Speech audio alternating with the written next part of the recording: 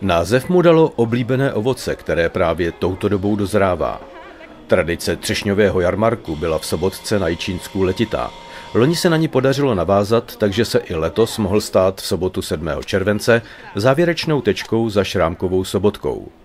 Na náměstí řemeslné rukodělné výrobky, keramika, dřevo, proutí, ale i něco k mlsání, soutěže, zkoušky šikovných rukou a k tomu všemu i příjemný jazzíček.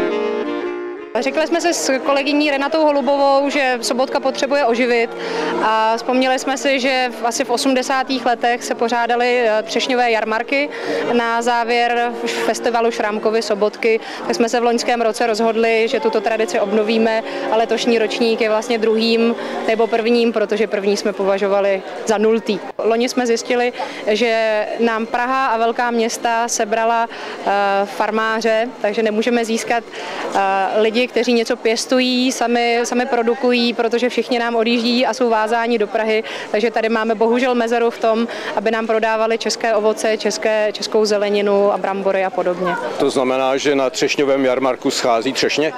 Letos se nám podařilo, počasí přálo a třešně jsou tady, jsou k prodeji, ale je to maloprodukce, spíš z našich řad, kterou jsme doplnili. Na Soboteckém náměstí pak dostali prostor i malí sokolové s rodiči.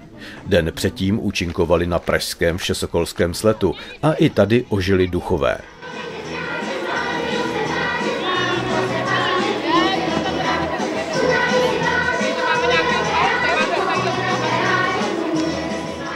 A jak se tak Sobotecké náměstí veselilo, zajímala nás i další budoucnost jarmarku.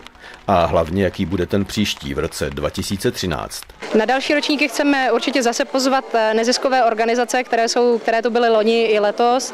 Doufám, že jejich řady se zase rozšíří o nějakou další organizaci, protože smyslem tohoto jarmarku je prodat české místní lokální produkty a dát vydělat vlastně neziskovým organizacím na jejich provoz, který v letošním roce je určitě podfinancován ze strany ministerstev i kraje a tak touto formou jim vlastně pomoci. Byli bychom rádi, kdyby se podařilo ještě zapojit více spolků, soboteckých spolků, ale to není nové, to je stejně jako v loňském roce velký problém, protože všichni něco produkují, ale málo kdo chce něco prodávat a jít se svojí kůží na trh a stoupnout si do stánku.